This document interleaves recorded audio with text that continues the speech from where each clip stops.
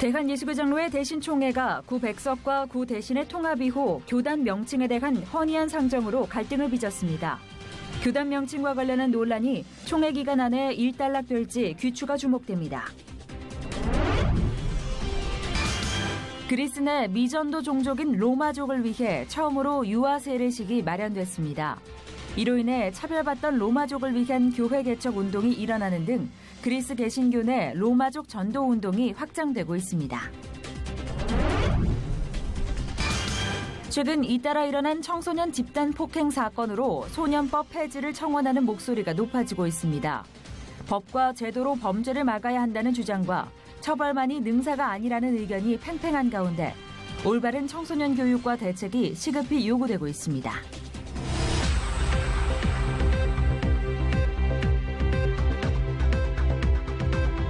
여러분 안녕하십니까? 도광록 목사입니다. 인사청문회가 진행될 때마다 검증을 받아야 하는 자리에 내가 선다면 나는 어떤 대답을 하게 될까라는 생각을 하는 분들이 많다고 합니다. 특별히 이번에 진행된 청문회에서는 때 아닌 신앙의 문제까지 거론되면서 더욱 그런 생각을 하셨던 분들이 많았던 것 같습니다. 꼭 공식적인 자리가 아니더라도 우리는 매일 말씀 앞에 하나님 앞에서는 사람들인데요. 환경에 따라 대상에 따라 달라지는 말과 행동이 아니라 모든 상황 속에서 한결같은 믿음의 언행이 되어야겠습니다. 첫 순서로 교계 뉴스부터 전해드립니다. 대한예수교 장로회 대신총회가 2017년 정기총회를 개최했습니다. 비공개로 치러진 이번 총회에서 목회자 정년 75세 연장하는 기각됐습니다. 김보림 기자입니다. 섬김으로 행복한 총회를 주제로 정기총회를 개최한 대한예수교 장로회 대신총회는 목사 정년 연장안을 기각했습니다. 100세 시대를 맞이해 목회자 정년을 75세로 연장시켜야 한다며 헌의됐지만 헌법에 위배된다는 이유였습니다. 단 수원노회가 헌의한 원로 목회자와 공로 목회자에 대한 예우는 헌법위에서 검토하도록 했습니다. 구 백석과 구 대신의 통합 이후 두 번째로 진행되는 총회는 교단 명칭에 대한 헌의안이 상정돼 갈등이 빚어지고 있습니다. 이를 우려한 대신총회는 회무 처리를 언론에게 비공개로 진행했습니다. 지난 2015년 구 백석과 구 대신이 통합하며 교단 명칭을 예장 대신으로 바꿨지만 당시 통합에 반대했던 대신 잔류 측이 총회 결의 무효 확인 소송을 제기하며 재판부에서 대신 명칭을 더 이상 사용하면 안 된다는 판결을 내렸습니다. 이에 따라 구 백석 측의 교단 명칭 변경과 구 대신 측의 교단 명칭 존속이라는 두 가지 안이 대립각을 세웠습니다. 대원들은 교단 명칭과 관련해 모든 권한을 진경총회장단에게 일임했지만 진경총회장단 역시 의견을 모으지 못해 총회 속개 후에도 논의를 이어갔습니다. C채널 뉴스 김보림입니다. 대한예수교 장로회 합동열린교회가 제5회 개혁주의 목회 세미나를 진행했습니다. 종교개혁의 목회적 계승과 적용이라는 주제로 열린 이번 세미나에서는 한국교회가 종교개혁자들의 마음으로 돌아가야 한다는 주장이 나왔습니다. 조홍현 기자입니다. 종교개혁과 예배를 주제로 강의를 진행한 합동신학대학교 이순구 박사는 교회가 개혁을 하기 위해서 새로운 것을 하자는 것이 아니라며 초대교회를 주목했던 종교개혁자들의 마음을 우리가 따라가는 것이 오늘날 교회 개혁의 핵심이라고 주장했습니다. 이순구 박사는 예수님의 십자가 사건 이후에는 죄사함의 제사가 더 이상 필요 없어졌고 초대교회의 교인들은 복음서와 사도들의 말씀을 통한 감사와 헌신의 예배만 드렸다며 중세시대로 넘어오면서 예수님을 잊고 다시 의식화, 제사화된 예배를 종교개혁자들은 계속적인 성경 읽기와 강해를 통해 개혁을 이뤘다고 덧붙였습니다. 즈빙글리가 이제 시민사제로 딱 왔을 때 마태복음을 가지고 강해를 하기 시작했어요. 그래서 매주일 계속 그걸 해나가는 거예요. 성경을 계속적으로 읽는 전통을 가진 거예요. 초대교회로 돌이켰던 종교개혁자들을 따라서 우리도 그렇게 해가는 일을 지속할 수 있기를 바랍니다. 종교개혁 500주년을 맞이해 개최된 이번 세미나에서는 종교개혁 안에서의 예배와 교회 직분, 윤리와 신학 등에 대한 강의가 진행됐습니다. 강의를 들은 200여 명의 참석자들은 교회와 예배의 겉모습에 치중했던 신앙의 모습들을 뒤돌아보며 한국교회가 예수님을 바로 알고 성경을 중심으로 돌아가 부흥의 회복이 일어나길 함께 기대했습니다. C채널 뉴스 조홍현입니다. 이어서 그 밖에 교계 소식 전해드립니다. 한국교회연합이 강원도 기독교연합회와 2018 평창 동계올림픽 선교 지원과 협력을 위한 업무 협약을 체결했습니다. 두 기관은 동계올림픽과 동계패럴림픽에 참여하는 선수와 관광객을 대상으로 전도와 봉사하는 일에 상호 협력하기로 했습니다. 한국교회 언론회가 최근 김희수 헌법재판소장 후보자가 부결 처리된 데 이어 진보적 편향으로 알려진 김명수 대법원장 후보자에 대한 임명 동의안이 올라간 것에 대해 헌법재판소에 법의 가치가 편향된 인사가 수장이 되어선 안 된다고 논평했습니다. 향린 공동체가 임보라 목사에 대한 8개 주요 교단 이단대책위원회의 이단성 조사 결과에 대해 신학적 입장 차이를 무시한 처사라며 반박했습니다. 향린 공동체는 반박 자료를 내놓으며 어떤 시대든 신학적 입장 차이는 존재해왔고 그 차이는 틀림이 아니라 차이일 뿐이라고 주장했습니다. 한국장로교총연합회가 라오스 후웨이호 현지교회의 건축을 지원하고 헌당식을 진행했습니다. 제9회 장로교회 날에 모인 헌금 전액과 본향교회 후원으로 건축된 라오스 교회의 헌당식에서 최영남 대표 회장은 아무리 어려운 여건 속에서도 하나님만을 섬기는 것이 제일 큰 복이라고 전했습니다.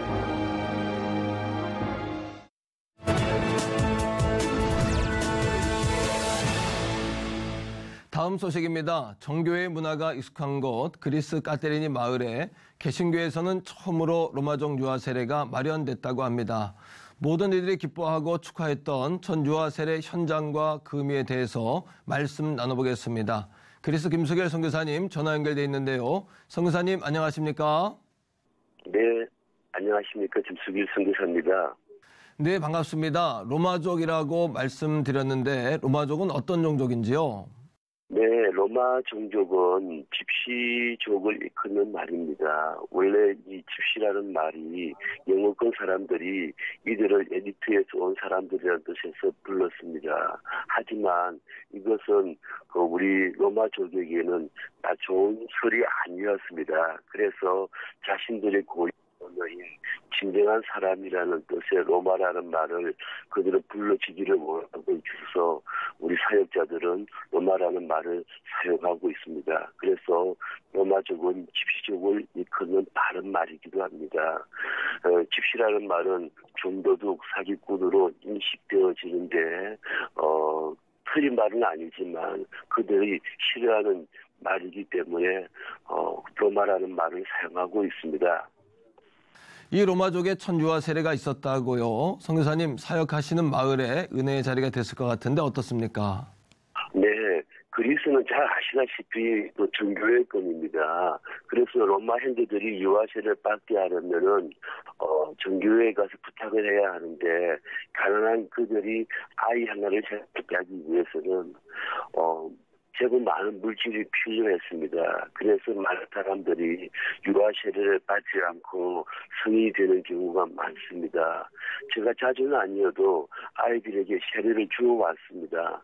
그러나 이번에는 세례식을 통해서 그리스 복음주의 교단 안에 화합을 이루고자 했습니다. 그리스 에반젤리컬 에클레시아 그리스 복음주의 교회는 한국의 장로교회입니다. 그 교회 안에 당회도 있고 굉장히 보수적인 교단인데 그러나 이들 속에는 유아 세례를 찬성하는 사람들이 있는가 하면은 반대하는 사람들도 있습니다. 이 일로 이 교단이 분열 직전까지 갔습니다. 하지만 그리스 복음주의 교회는 다 합쳐도 15,000명 정도밖에 되지 않기 때문에 분열이 되면은 서로 큰 상처가 되기 때문에 서로가 양보해서 한 교단 안에 유아 세례를 인정하는 사람들과 인정치 않는 사람들이 두 그룹이 존재하고 지금까지 왔습니다. 그런 복음주의 교회에서 이번에 로마 아기반 세례를 받은 것입니다. 저희들이 걱정했던 것과 다르게 감사하게도 유아 세례를 반대하는 측에서는 아무런 반대 없이 은혜 가운데 세례식을 마쳤습니다. 이렇게 한 발 한 발 선교를 위한 발걸음을 내딛고 계신데 지역 교회들에게도 좋은 영향이 될 것 같습니다. 어떻습니까? 네,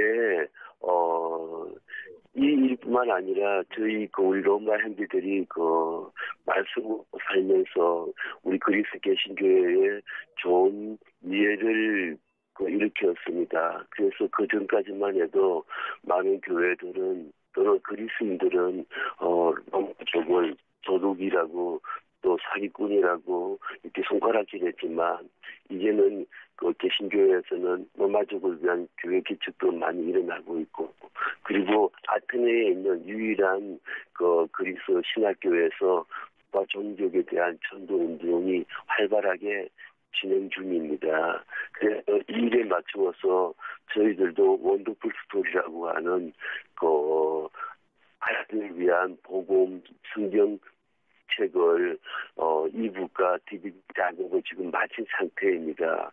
그리고 이 개신교 신학교에 이것을 지급하여서 그리스 전 지역에 있는 로마족을 위한 재부흥을 기대하고 있습니다. 네, 차별받고 소외되던 로마족 사람들이 하나님의 자녀가 되면서 모든 어려움이 해소되길 바라고 선교사님 말씀하신 대로 그리스도 곳곳에 복음이 확장되길 저희도 기도하겠습니다. 선교사님 말씀 감사합니다. 네, 감사합니다.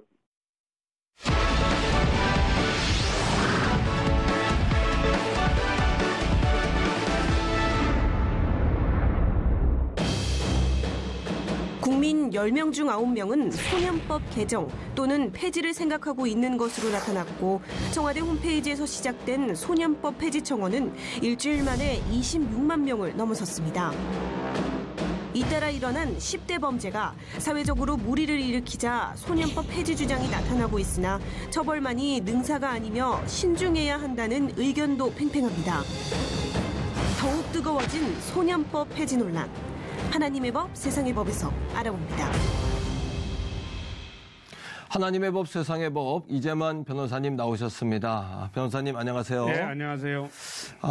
그 소년법 폐지 논란이 뜨거운데요. 네. 이제 근본에 부산에서 있었던 여중생 폭행 사건, 이것이 도화선이 됐다고 봐야죠. 예, 그렇죠. 이제 SNS에 이제 피투성이가 된 예. 어떤 여학생이 무릎을 꿇고 있는 그 사진 한 장이 세상을 이제 발칵 뒤집어 놓은 것이죠. 예. 이 가해자가 그 여자 중학생이어서 이제 결국은 이제 소년법이 적용되면 예. 이 가볍게 처벌됩니다. 근데 이런 점 때문에 소년범이라도 엄하게 처벌해야 된다. 이런 의견이 대두되고 있는데요. 예. 얼마 전에 이제 인천 초등학교 그 살인 사건에 대한 가해자도 10대 청소년이어서 네. 그 엄한 형사 처벌을 제한하는 소년법 규정이 적용돼요. 네. 그래서 이 잔혹한 범죄 소년은 이 소년이라고 하더라도 엄하게 처벌해야 된다. 그렇기 때문에 그 소년법은 경하게 처벌하니까 이 소년법은 폐지돼야 되지 않느냐 하는 예. 폐지 내지는 개정 주장이 계속 있던 차에 이 SNS에 올라온 이 사진이 결국은 기름을 부은 그런 꼴이 형국이 된 것이죠. 네. 모든 사람들이 이번 사건을 보면서 이제 경악을 금치 못했는데요. 네. 사실은 드러나서 그렇지 그동안 드러나지 않은 것도 굉장히 많다는 네. 보고가 있습니다. 네. 근본에 이제 우리가 이렇게 이제 대두되고 있는 소년법이라는 게 과연 어떤 내용인지 좀 소개해 주시죠. 네, 소년법이라는 그 만 19세 미만자의 소년에게 적용되는 그런 법이 소년법입니다. 네. 이제 소년의 경우에는 이제 처벌을 네. 좀 성인에 비해서 이제 가볍게 한 것이죠. 네. 그래서 그리고 이제 형법에는 이제 14세 미만자의 경우에는 형사처벌하지 않아야 한다는 그 형사 미성년자 처벌 규정이 있습니다. 네. 그래서 이제 14세 미만이 되면 아예 형사처벌 받지 않고요. 네. 다만 이제 소년법에 의해서 10세부터 14세까지는 결국은 보호처분이라는 형사처벌은 아니죠. 이 네. 보호처분을 받게 됩니다. 그리고 이제 10세가 되지 않은 경우에는 아예 처벌을 받지 않는 것이죠. 그렇군요. 그런데 소년법 적용은 19세 미만자지만 네. 그 18세 미만의 경우 소년의 경우에는 예. 이 보통 이 사형 무기징역에 해당되는 그런 그 범죄에 처할 경우에도 최고형을 15형으로 하게 돼 있습니다. 네. 다만 강력 범죄의 경우에는 최장 20년형으로 하는 것이죠. 네. 그러니까 이제 소년법 적용 대상 중에 18세 미만의 경우에는 아무리 중한 그 범죄를 저질러도 최장 20년 이상 결국은 선고할 수가 없는 것이죠. 네. 그래서 인천 초등생 살인 사건의 경우에도 결국은 이제 18세 미만이기 때문에 20년 이상의 형을 처벌할 수 없으니까 15세의 경우 35세면 네. 결국 이제 석방될 수 있다는 것이죠. 그래서 이 소년법에 대해서는 이제 개정 움직임 또는 제정 움직임이 폐기 움직임이 있죠. 그런 것들은 이제 결국은 잔혹범죄의 경우엔 성인처럼 소년이라고 하더라도 사형이나 무기징역을 선고할 수 있도록 하자 이런 의견들이 이제 많이 대두되고 있는 것입니다. 그 국민 10명 가운데 9명도 그 소년법 개정을 원한다 이런 이야기가 있고 또 김상곤 장관도 이걸 이제 좀 개정하는 방향으로 검토하겠다 또 이런 이야기도 있었습니다. 그리고 이제 국회에도 소년법 폐지에 대한 발의가 지금 되어 있는 것을 알고 있는데 어떤 방향으로 이것들이 개정되어 가려고 하는 건지 좀 소개해 주시면 좋겠는데요. 그 청소년이란 이유로 잔혹한 그런 범죄를 저질러도 네. 그렇게 가볍게 처벌해요. 그렇죠. 그러니까 살인을 저질러도 최고형이 20년을 넘지 않아요. 아, 예. 네. 그렇기 때문에 그러니까 사형이나 무기징역 이런 거는 이제 형을 선고할 수가 없는 것이죠. 네, 예. 그래서 그 형사 처벌될 수 있는 그리고 네. 14세가 되지 아니한 경우는 아예 형사 처벌이 되지 않으니까 그렇군요. 형사 처벌 연령을 좀 내리자. 네. 그러니까 14세를 12세까지는 형사 처벌하자. 이런 예, 식으로 형사 처벌 연령을 인하하자는 그런 의견이 있고요. 네, 예. 이외에도 18세 미만의 그 소년범에 대해서는 잔혹한 범죄에 한해서는 20년이지만 네. 이걸 법을 개정해서 사형 또는 무기징역을 선고할 수 있도록 법을 개정하자. 네. 이런 이제 견해도 이제 대두되고 있는 것이죠. 그래서 이제 대체적으로 의견들은 적어도 형사처벌 연령을 14세로 하지 말고 12세로 하자, 좀 낮추자. 네. 이런 데 대해서는 상당히 공감대가 형성되고 있습니다. 이제 범죄의 수위가 이제 극악해지니까 소년법을 폐지해서 형사처벌 범위를 확대하자는 것이 이제 골자인데 네. 사실은 이것에 대한 우려도 있죠. 그렇죠. 네, 이제 네. 소년법의 제정 취지가 있습니다. 그러니까요. 소년법이라는 것은 이제 반사회성 있는 소년의 그 환경 조성과 품행 교정을 위한 보호 처분 등의 그러한 필요한 조치를 하고 네. 또 형사 처분에 대해서도 특별 조치를 해서 네, 예. 그러니까 좀 가볍게 처벌하는 것이죠. 예. 그래서 그 소년이 건전하게 성장하도록 돕는 것이 이 소년법의 취지입니다. 예, 예. 그런데 이제 이 소년법이 제정된 게 1950년대이기 때문에 결국은 이런 그 당시에는 이제 환경이 좀 많이 다르고 또 성장 정도가 다르죠. 그렇죠. 그래서 지금은 이제 이걸 개정해야 된다는 의견이 나오고 있는데 이거를 만약에 개정이나 이제 폐지를 하게 되면 이제 무슨 문제가 되냐면 소년법을 없애버리면 그 소년한테 지금 개과천선할 수 있거나 또는 뭐 교화할 수 있거나 돌이킬 네. 수 있는 어떤 기회가 있는데 네. 철 모르고 한 아이들한테 그 하나의 범죄로 결국은 돌이킬 수 없는 전과자의 낙인을 찍어서 그 낙인 효과에 의해서 사회에서 영원히 갱생되지 못하게 예. 결국은 그것은 사회에도 책임이 있는데 그 모든 걸 개인한테 책임을 지우는 그 사회로서는 좀 비겁한 짓이 아니냐 네. 이런 이제 비난이 있고요. 더군다나 이제 미성년자한테 사형이나 뭐 무기징역을 한다고 해도 이런 죄를 저지르면 이렇게 처벌받는다고 하는 경고적 효력이라는 게 있어요. 네, 예. 근데 경고적 효력이 철없는 아이들한테는 별로 없다는 연구 결과도 있습니다. 그런데다가 이게 이제 사형이나 무기징역을 소년한테 하게 되면 우리나라가 맺고 있는 많은 국제 관련 인권 조약이 있어요. 그렇죠. 이 인권 조약과 충돌이 되기 때문에 그리고 또 하나는 이게 위헌 결정이 날 가능성도 있습니다. 네. 그래서 실제적으로 이제 미국 같은 경우에도 이제 소년에 대한 사형 제도가 있는 주가 몇 주 있는데 그 2005년도에 미국 연방 대법원이 18세 미만자에 대한 사형 법률은 위헌이다 이런 판결이 이미 났습니다. 네. 그러니까 우리나라에서도 이제 위헌 판결이 날 가능성도 있는 그렇죠. 것이죠. 예. 근데 이런 문제에도 불구하고 결국은 잔혹범죄의 경우에는 사형 무기징역을 선고해야 되는 거 아니냐. 법을 네, 개정하자. 예. 이것은 이제 국민 여론 때문에 이제 이런 얘기들이 나오고 있는 것이죠.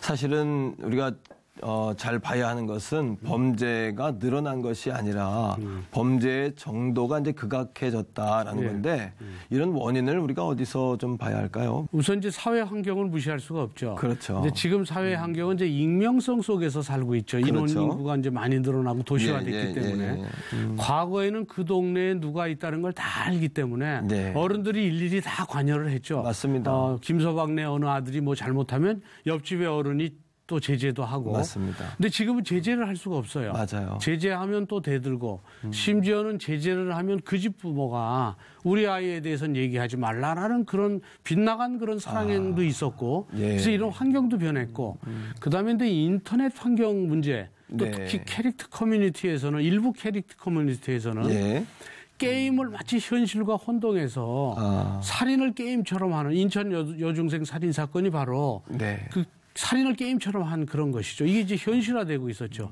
이런 이제 사회 환경 때문에 그래서 결국은 범죄의 연령이 그 잔혹한 범죄의 연령이 이런 주변 환경과 이런 뭐 인터넷상의 문제 이런 것 때문에 좀 내려가고 있어요. 그래서 성인이 할 수 있는 범죄를 13세 뭐 12세들이 이것을 그냥 범죄를 저지르고도 죄의식을 갖지 못하는 이런 문제들이 있어요. 정말 우리가 기억해야 될 것은 그 어린 자녀 세대를 우리가 어떻게 돌볼 것인가 또 어떻게 세울 것인가에 대한 관심을 가져야 되겠는데 성경에도 보면 신명기 6장에 그 쉐마 교육이라는 그 내용이 나오거든요. 그래서 하나님은 유일신이시니 너희가 몸과 마음과 성품을 다해서 하나님을 사랑하고 그분을 기억해라. 그 말씀을 기억해라. 라고 부모들에게 먼저 이야기하셨고 그리고 너희는 자녀를 교육하고 길에서든 어디서든 그 말씀을 강론하라.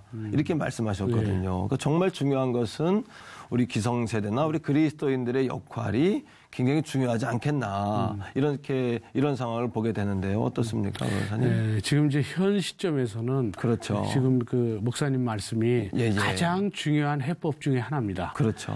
결국은 이제 아이들은 성장하면서 가슴 속에 녹음기와 녹화기를 가지고 성장한다고 합니다. 그러니까 부모님이 하는 말을 그대로 녹음을 했다가 또 그걸 그대로 녹화했다가 그대로 사회에서 살아가면서 그걸 녹음기를 튼다고 합니다. 그러니까 부모님이 모범을 보이고 예수 닮은 삶의 행동을 하게 되면 자녀들도 그대로 그것을 마음속에 녹음을 했다가 예수 닮은 삶을 따라서 행동하고 모방하고 그렇게 행동을 하게 된다고 합니다. 그렇죠. 맞습니다. 그러니까 결국은 크리스찬들이 크리스찬으로서 예수 닮은 삶의 모범을 보이면 자녀들도 그대로 따라오게 됩니다. 그래서 이 크리스찬들의 역할이 어느 때보다도 중요하고 또 그런 모범을 보이지 못하는 가정에서 잘못 자라는 그런 자녀들이 있다면 정말 인내심을 가지고 그들을 정말 엄격하게 처벌하는 방법으로 교화하기보다는 그들한테 기회를 주고 그들의 마음에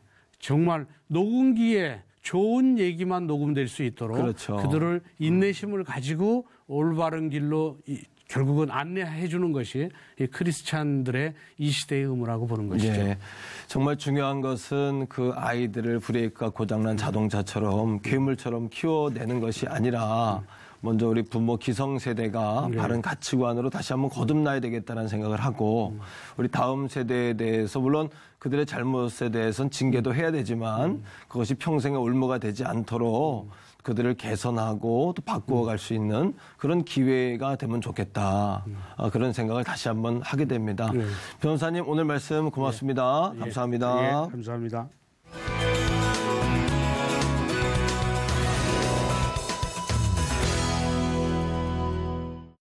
안보리의 대북 제재가 만장일치로 채택된 이후 북한의 동향에 관심이 더욱 모아지고 있는데요.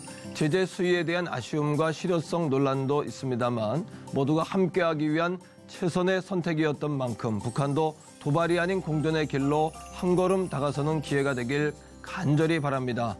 시채널 매거진 굿데이는 시청자 여러분과 함께하는 방송입니다. 좋은 의견 있으시면 아래 전화번호와 이메일로 연락 주시고요. 인터넷을 통해서도 방송을 다시 보실 수 있습니다. 오늘 순서는 여기까지입니다. 시청해주신 여러분 고맙습니다.